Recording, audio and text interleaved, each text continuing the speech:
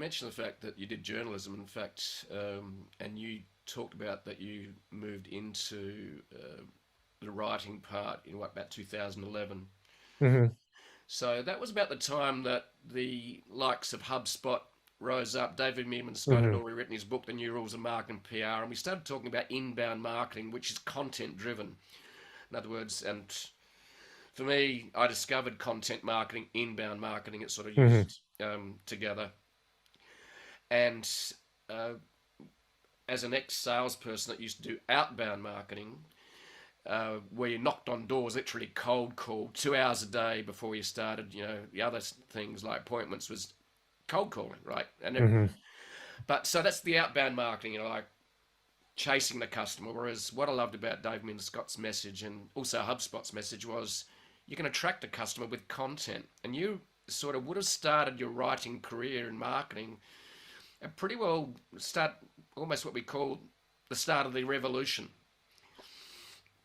Yes, I know it fortuitous, the way the timing worked out, for me especially, but HubSpot's a great example, and they're a partner company of JotForms. They're obviously much larger, but we work with them really closely, and we've collaborated on a lot of content with them where they've contributed to our blog, we've contributed to theirs, and sort of worked in various product placements into both of our blogs. But they've always been the gold standard in software companies, especially SaaS companies, creating content that really drives people, and it's evident in so many ways. I can't tell you how many times I've looked up something completely out of the blue, and HubSpot was the answer for that, even if it was not at all related to marketing automation or CRM.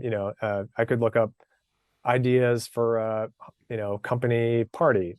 I guarantee I haven't looked it up. I guarantee you HubSpot is in the top three for that, or how to pick office furniture. They probably rank. Who knows, right? Like they are content machines, They are. and they create a large canvas under which you can sort of funnel interest into HubSpot, and certainly brand awareness. And we've taken a lot of notes, and we've replicated a lot of what they do to some degree.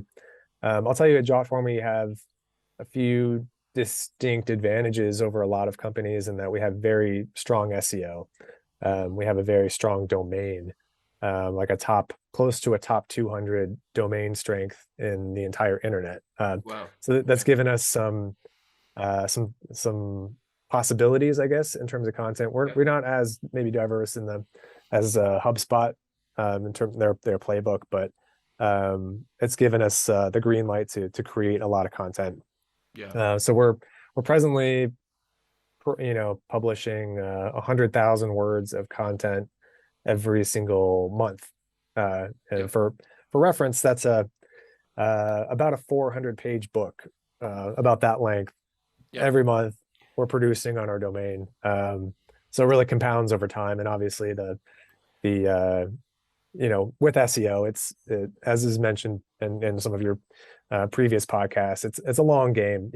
Those returns aren't immediate for a blog that we post this week, but 6 months from now, if it starts creeping up the ranking or the interest in that particular subject surges, it can really pay dividends. So it's been a worthy investment. It is a time-consuming investment, but it's one that's been worth it for us for sure.